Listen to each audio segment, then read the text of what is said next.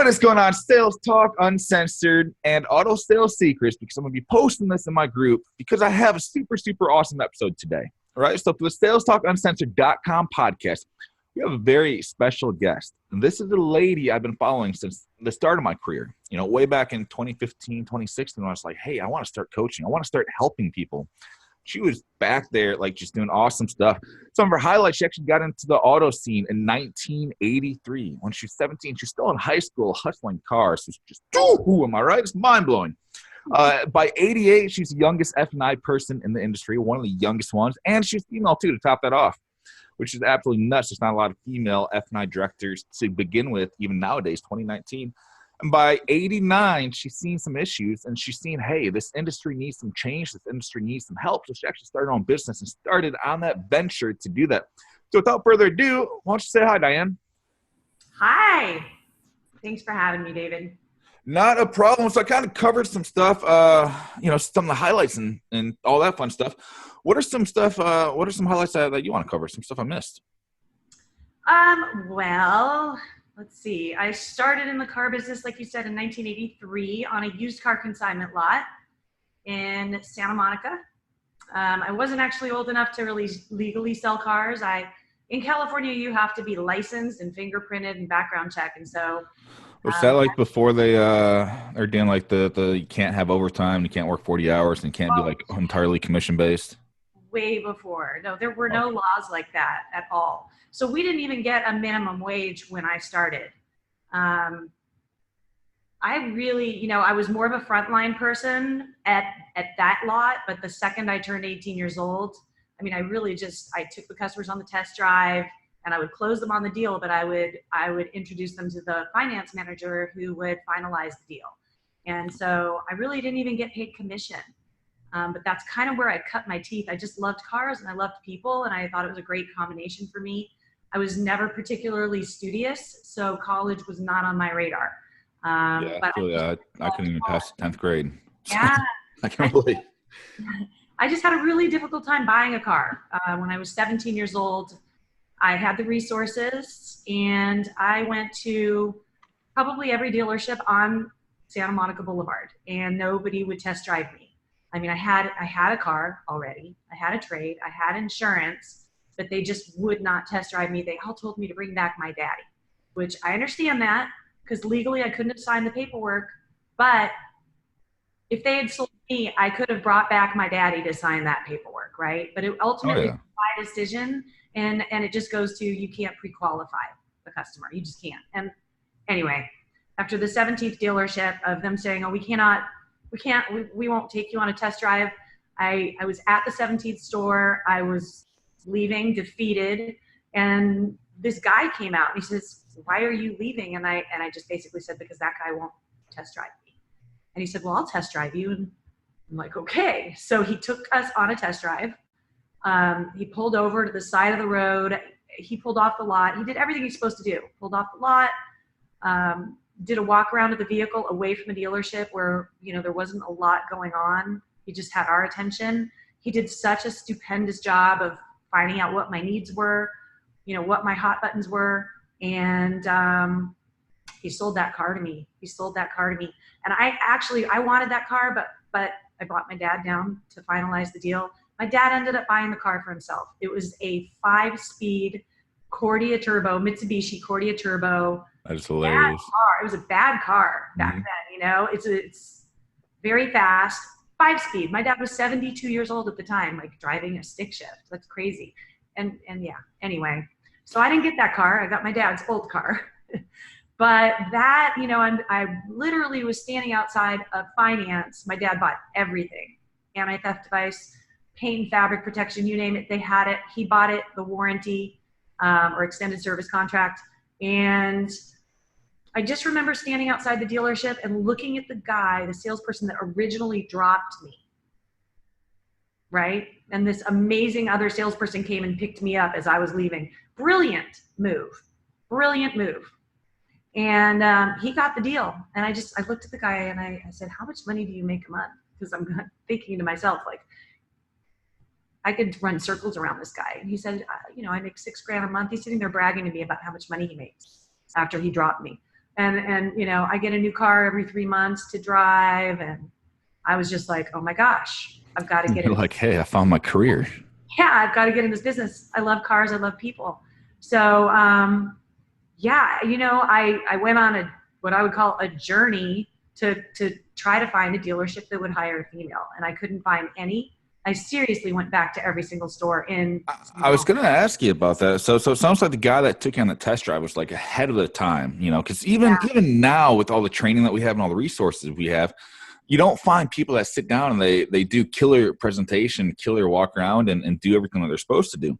Right. But you in sales in 1983, so early 80s, I know now working with so many auto professionals, both you and I do, we can talk to females now and we still hear the stupid stories like, oh yeah, you know, a customer came in and wouldn't even test drive with me because I'm a female.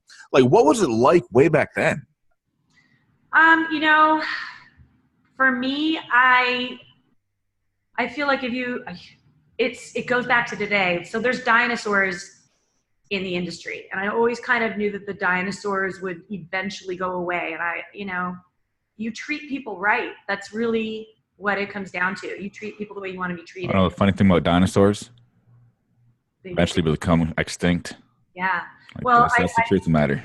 Here's the scary part. So you've got dinosaurs, right, in the industry, and quite frankly, a lot of these people are still in the business. The scary thing is that, you know, you could have a mass exodus from a dealership, and there's a dinosaur at the helm running the show, and let's say all the middle management disappear. Well, where do they get the management now? They promote them from the sales floor into management, middle management, right? So now you've got a GM that is training his dinosaur tactics to these new managers. So I actually hear that a lot, being like, especially on social media, I hear, oh yeah, you know, my manager actually says we're not supposed to post online and do stuff online. I'm like, well, what the hell? Does your manager not like money? Like, your manager just wants you to sit down and call crappy leads all day? Like, what's going on? Yeah, it's crazy. I mean, back in the day, we used to have to be, they literally had us calling in the, you know what a yellow pages is? Yep.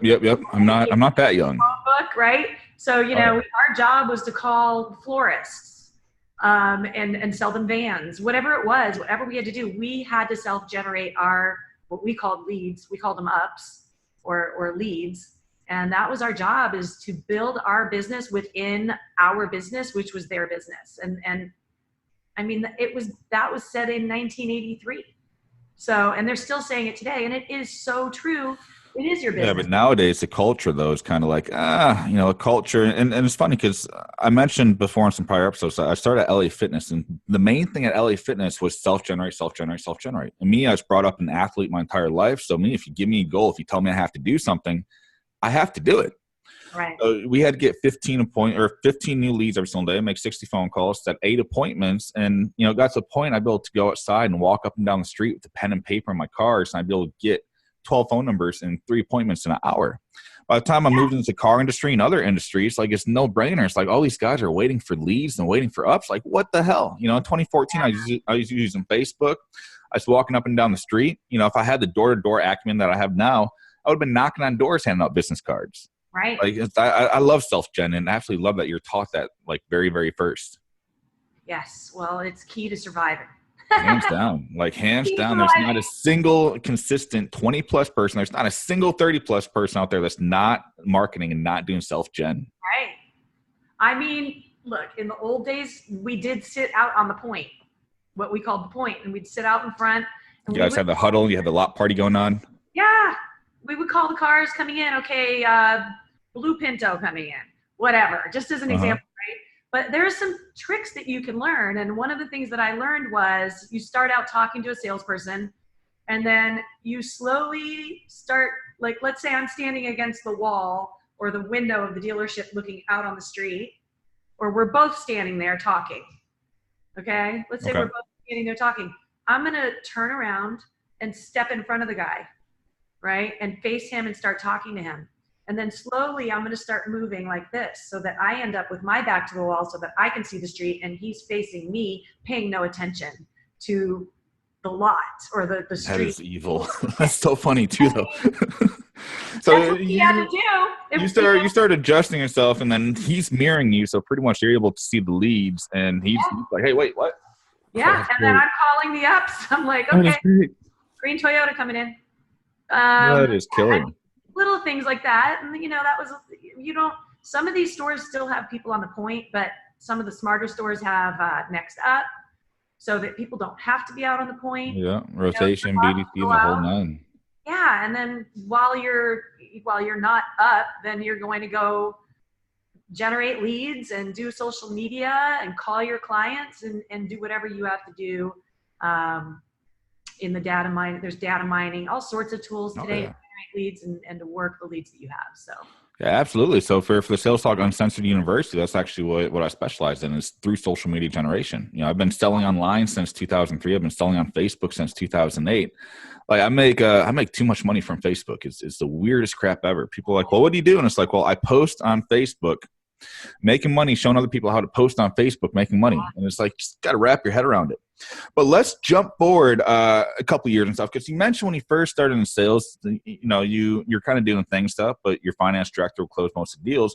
But by 88, so just 5 years in, 22, 23 years old, you jumped into F&I. Like, why the change to F&I, and how has that changed? Well, so it's so funny because when my dad first bought that car, I knew I wanted to be a finance manager then.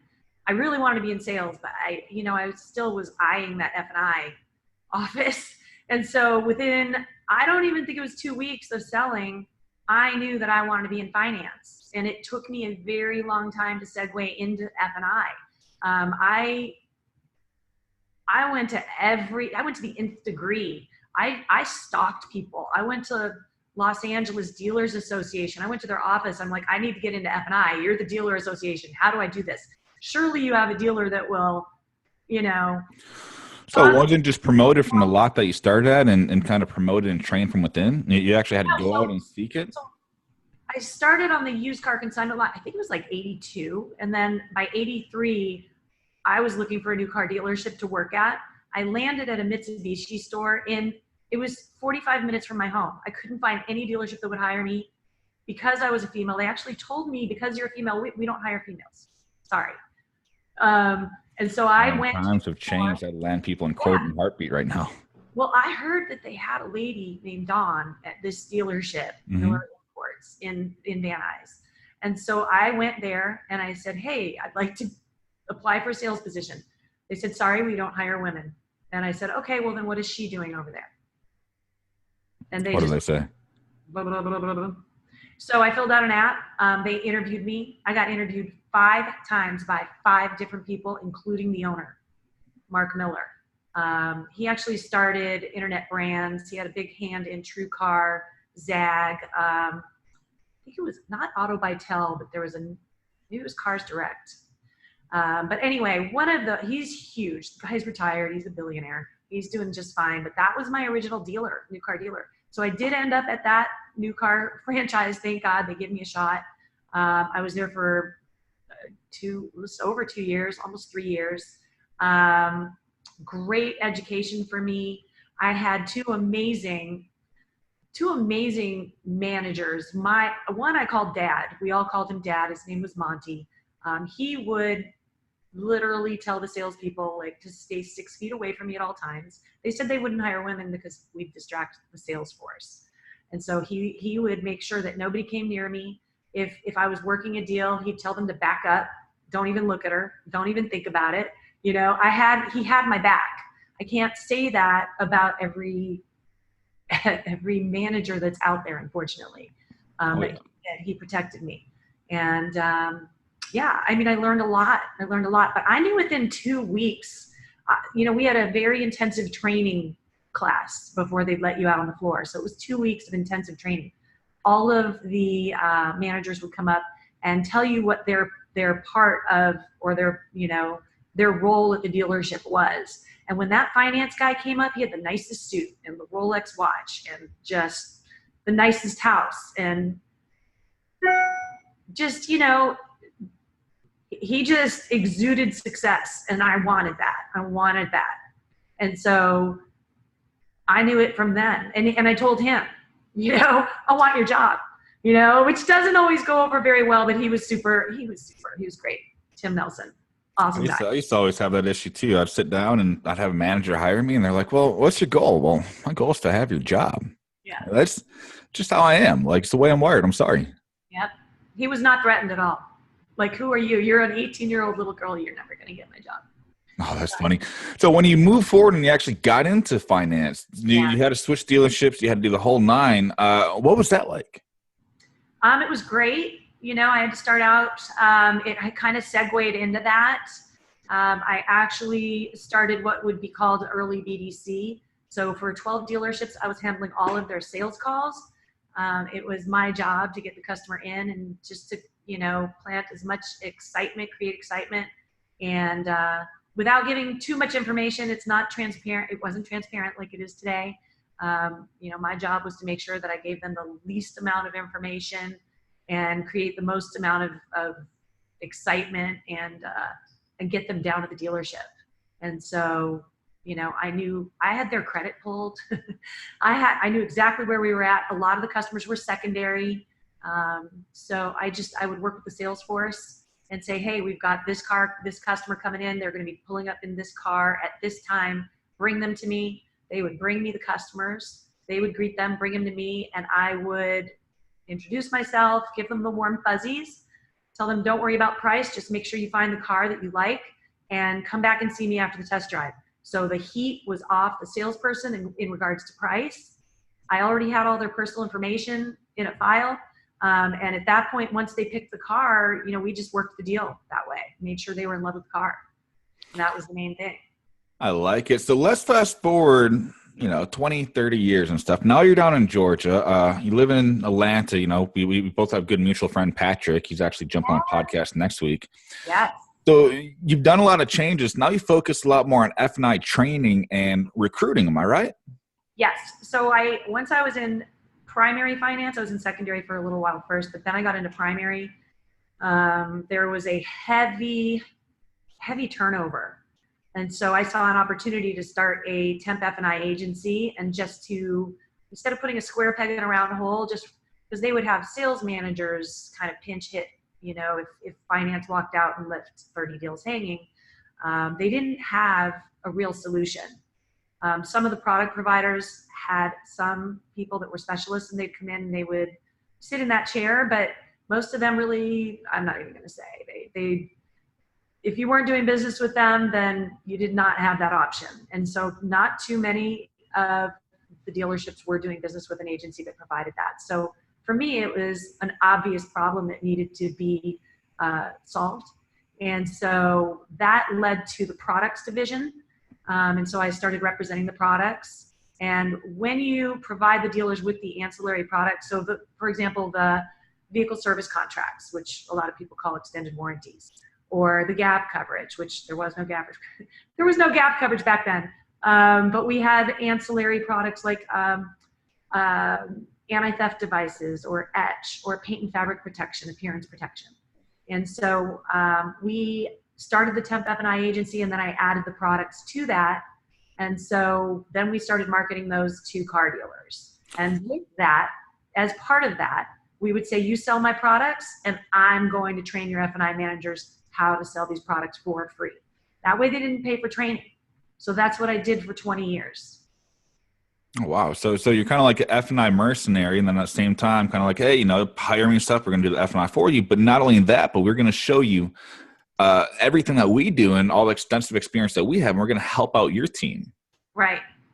Awesome. So what do you do now then? Because, I see you jumping around stuff, and I see you with pictures with Alan Dickey and with Jonathan Dawson and with Patrick and with all these guys at conferences and just out and about and enjoying yourself. So what do you do now?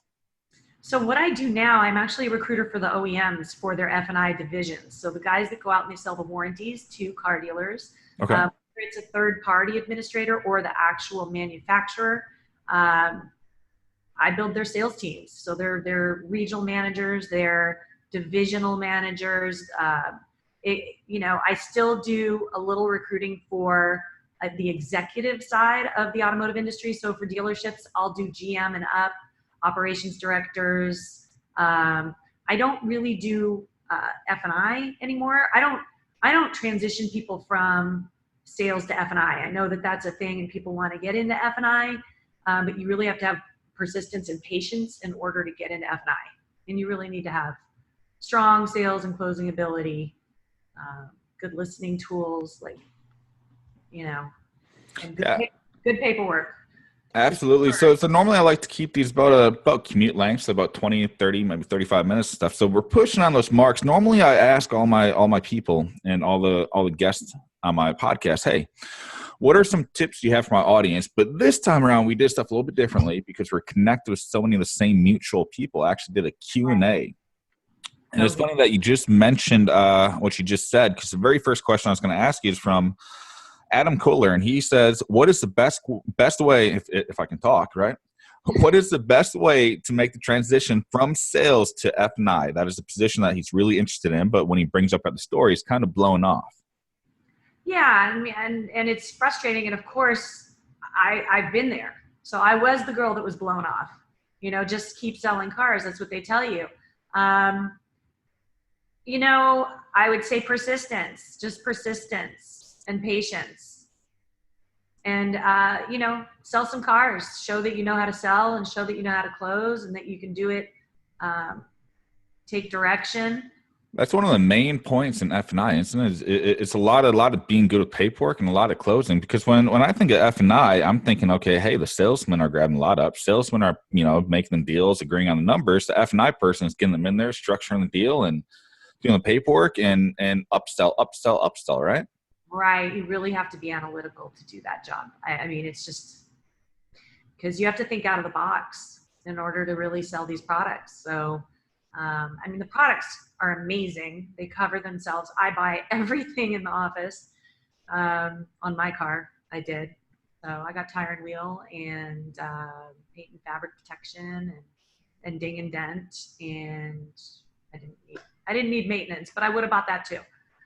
My biggest thing and stuff is selling the benefits. And for me, I hate headaches. I hate having to waste my time. I hate having to overthink stuff. So for me, it's peace of mind. That extended warranty, or like you said, vehicle service contract, gap insurance. Like if something happens, I want it taken care of. It's that insurance. It's a benefit.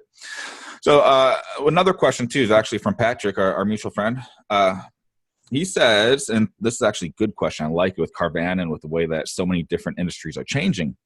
He says, do you ever think the F&I process will ever be automated enough to fit the idea of complete online buying? And if so, will that work for compliance and subprime customers or secondary customers? Well, okay, so we're already doing it. It's already happening. So whether or not we like it, we're headed that way. There's a lot of people that are putting their head in the sand. And it's sad. They're scared. They're angry. And I don't blame them. But as a good friend, Max Zanin, said to me at one of the conferences, he said, hey, we used to have conferences for travel agents 20 years ago. Where are they now? What's a travel agent? Okay, right? Okay. So here's the thing is that in reality, for me, I want to deal with a person at some point. Do I want to make it quicker? Yes. Would I like to start the process before I get to the dealership? Absolutely. I don't want to wait around for 4 hours in a dealership or 6 hours. I don't want to jump through a bunch of hoops. I don't want them to wear me down. I know what I want. I'm the same way. I'm that person that will sit down, and if you go in groups, you'll see people bitch about this, but I'm the person I'll sit down, I'll email like specifics to a bunch of different dealers, and look, if you can meet this, I'll buy from you. If not, like, move on, just because I hate wasting time. And like you're saying, it's the biggest headache there is. Right. So I feel like it's going to be a hybrid model. I don't think it's going to be, sure, there's Carvana. Have you been to a Carvana? I have not. So I just moved from Reno, and Reno's so close to hell you can see sparks. So apart from Lake Tahoe, there's absolutely nothing there. Okay. So we just moved over to Virginia, and there's a lot more here. So I'd imagine eventually I'll see one. Right. So it's super creepy. I have walked on the lot of Carvana, and it's like a ghost town. It's creepy. It's like a dealership with no people, and it's but they're doing it and they're selling. And I know that they're not profitable, but they are succeeding and they're selling a lot of cars. Well, it's So scaling, it's fixing the business model. And I always catch a lot of heat for this, but I flat out tell people by 2030, half the sales reps will be unemployed and you'll be automated and pushed out due to big data and due to robots doing your job more efficiently. Like it's, I data is important. I think people need to start shifting to, and I've said this to a few people that I respect a lot that are in the industry, and I'm like, listen, you got to go take a big data class. Go take a yep. big data class because that's where the future is. That's actually what I focused on, teaching my students how to collect big data and how to collect the information, how to automate a lot of their process. So I see it firsthand. I'm not just some dumb redneck from Wisconsin, like talking on my butt. It's like, no, big data is the future. And Carvana and even with real estate, Zillow, they're kind of starting to push out the realtor too. It's like it's all data. I feel like our roles are going to shift. I don't think that. So here's the thing. In the perfect world, I want to be able to apply online. I want to get approved online. I want to look at all the products and see what my options are before I come in so that I can educate myself. Because as a finance manager, I love an educated consumer. They're really easy to sell. They know what risk is, right? So someone that has had, a total loss, but their total loss wasn't covered and they had to come out of pocket. People that have had these experiences know to slow down and take a look at it, right? Oh, yeah. Products. But if we can educate the customers before they come in, they pick up their car, we finalize the paperwork, they're more knowledgeable when we go ahead and pitch those products to them and explain to them what their options are at the time of sale. I feel like it's going to be more of a hybrid model that starts out online and hopefully they're going to take delivery from a finance manager or a delivery person, whatever that looks like. There's the hybrid sales finance model too, which I'm not really a fan of, but because that's a lot for one person to do. Oh yeah, it really is. I would think they'd have to have valets demonstrating the cars, pulling the cars up, and maybe, I don't know. Not only that, I remember years ago back when I actually sold cars and stuff, I talked to my finance manager and he flat out told me like, hey man, every single time I think I understand finance, like the banks change their programs. And it's like sit down and have to focus on understanding the product and understanding the sales process, then understanding the finance aspect, how to structure deals, various bank programs. Like that just sounds like a headache and a half. Most salespeople can't do finance. I believe that wholeheartedly. I really, really do. Mileage, right? Nothing against salespeople. They're great. I mean, God, what would we do without them? Because I don't want to know everything that makes the car run. I used to, and I love cars, and I still know enough to be dangerous. But these cars are very complicated now. You need a PhD to figure them out. Oh, yeah. I mean, the cars are crazy. So before we jump off and stuff and wrap this up, where can people find you at? If they're looking to get to know Diane, if they're looking for help, or if they're, looking for some services that you offer. You can find me on Facebook. My company page is Auto Careers Online, or Diane Uzelac, Uzelac on LinkedIn. You guys can connect to me there. You can call me, 310-873-7731, the old-fashioned way. And I'm on Twitter. I'm pretty much on almost every social media as @Queen of Cars. So that's pretty much it. Queen of Cars.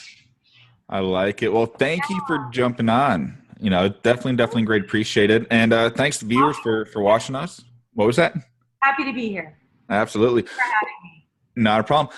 Thanks to viewers for watching us. And also to big thank you to everyone that subscribed to Sales Talk Uncensored YouTube channel. So we just hit 40 plus subs in this past week. So we're at 100 plus subs now. So the custom URL, Sales Talk Uncensored for YouTube, is actually ours now, which is just absolutely phenomenal. That's a goal that I want to hit for a long time.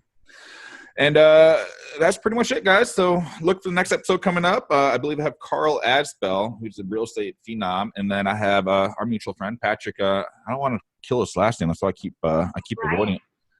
It's O'Brien. Yes. Okay, so I would have got it right, guys. But we got Patrick coming up. Should be next week too. So you guys look forward to that, and also look for us on Spreaker. And don't forget to sub, like, share, and tell some friends that could benefit from this, because we're just out here doing big things. All right, guys, this is Huff. I'm signing off.